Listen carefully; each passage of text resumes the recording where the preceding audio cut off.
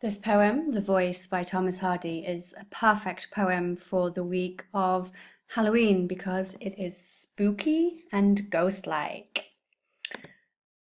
So, a bit of background for this poem.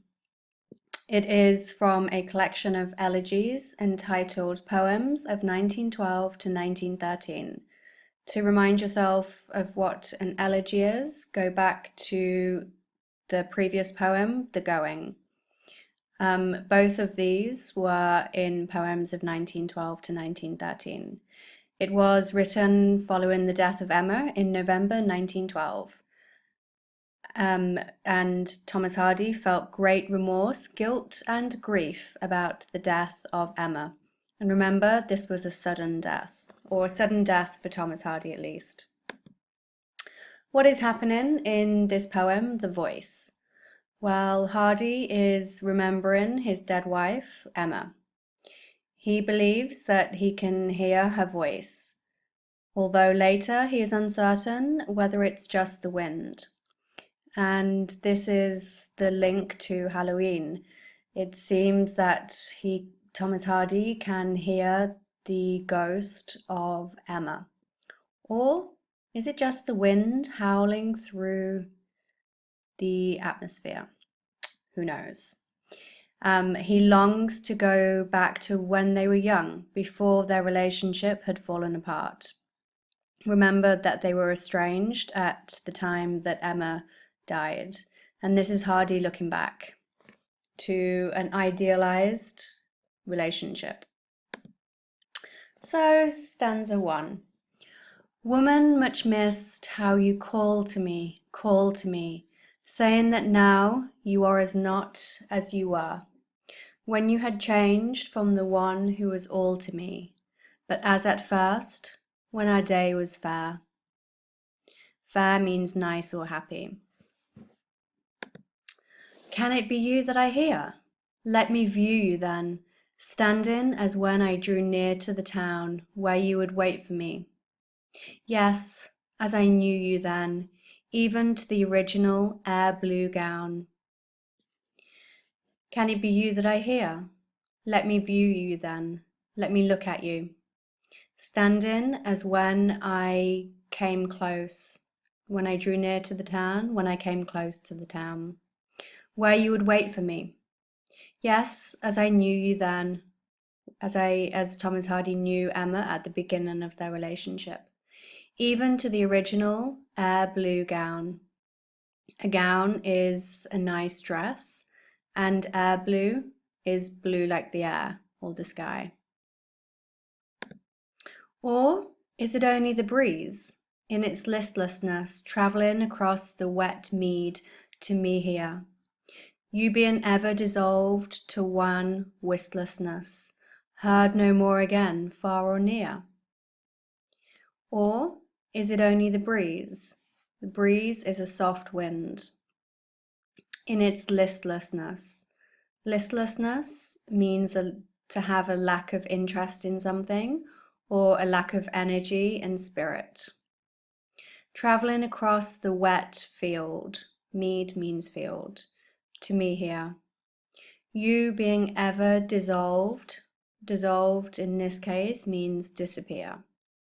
To wan is weak or lacking enthusiasm or energy. And wistlessness is a word that Thomas Hardy made up, perhaps thinking of the opposite of wistful, which means to long for. So to not long for.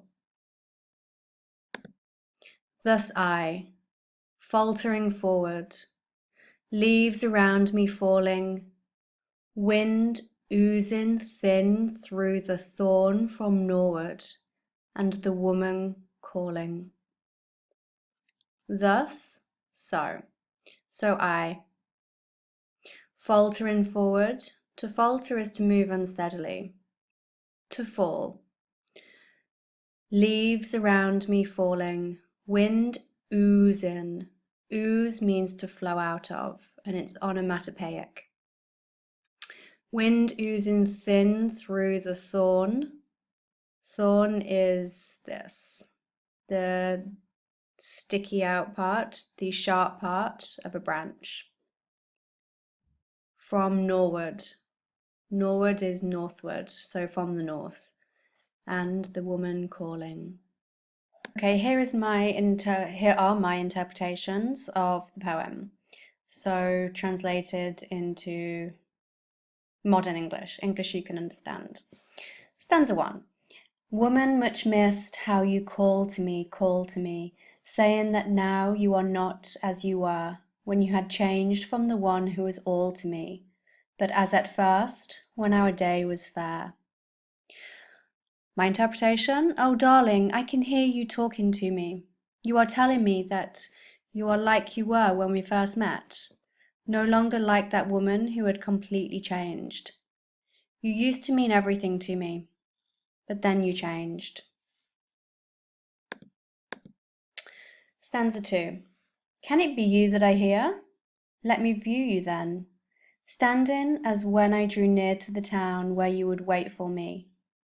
Yes, as I knew you then, even to the original air blue gown.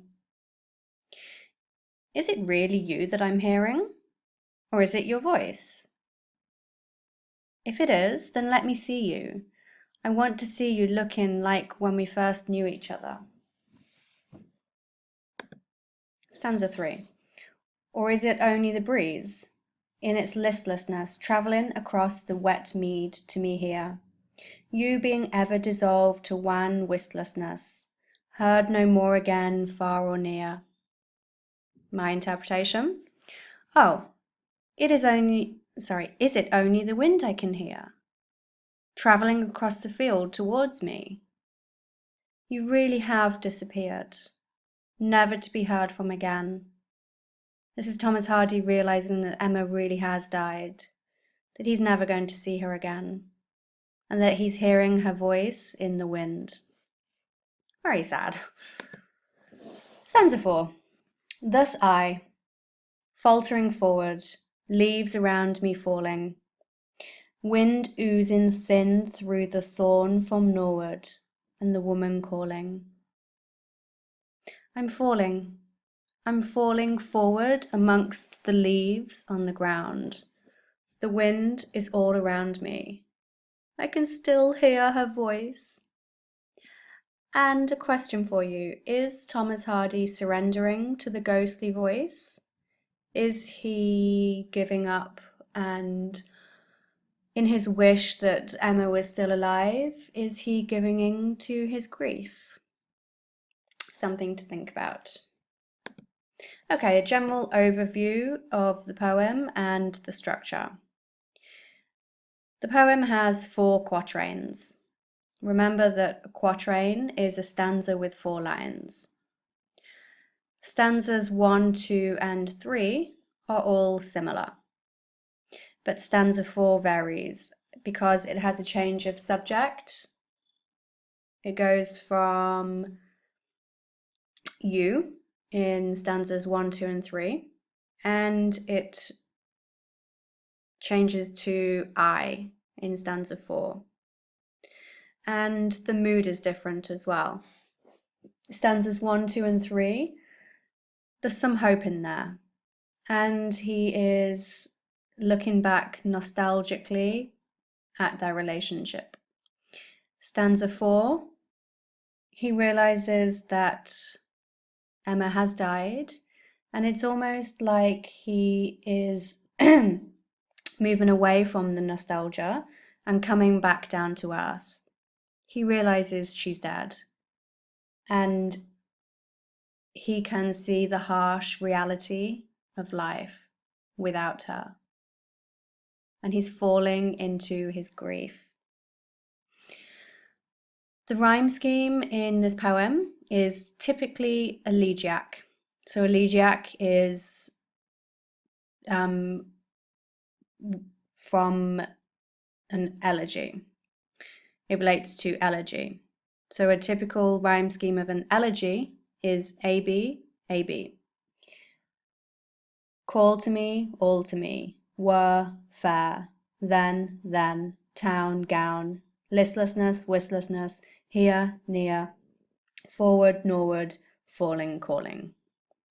However, the rhythm is irregular, and you can see this if you count the syllables per line. The first stanza, we have 12 syllables in the first line, 10 in the second, 12 in the third, 9 in the fourth. And stanza 2, 12, 10, 12, 11. Stanza 3, 12, 10, 12, 8. And stanza 4, completely different, 7, 6, 10, 6. And it changes drastically in the final stanza. Why might this be the case? Well, it might be that Thomas Hardy wants to reflect and highlight his grief and his confusion and his emotional pain about Emma's death. The syntax is the order of words, and the syntax is often awkward. For example, line 2, saying that now you are not as you were. It sounds a little awkward, sounds a little odd. And this might be Thomas Hardy trying to reflect his difficulty in coming to terms with Emma's death. He's in a terribly difficult situation, having lost his wife, and he's not thinking straight, and this might be shown in the syntax being awkward. And he wants to show the reader how difficult his life is at that time. And the structure feels almost dizzy. It's almost like you could sing it. Woman much missed, how you call to me, saying that now you are not as you were when you had changed from the one who was all to me, but as at first when our day was fair. And the listlessness and wistlessness, it makes your head spin.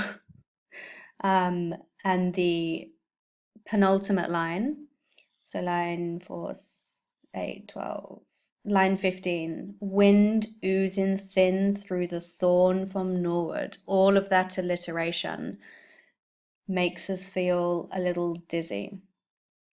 And this is because, or this might be because, Thomas Hardy is also feeling dizzy with grief, and he wants the reader to feel like he feels.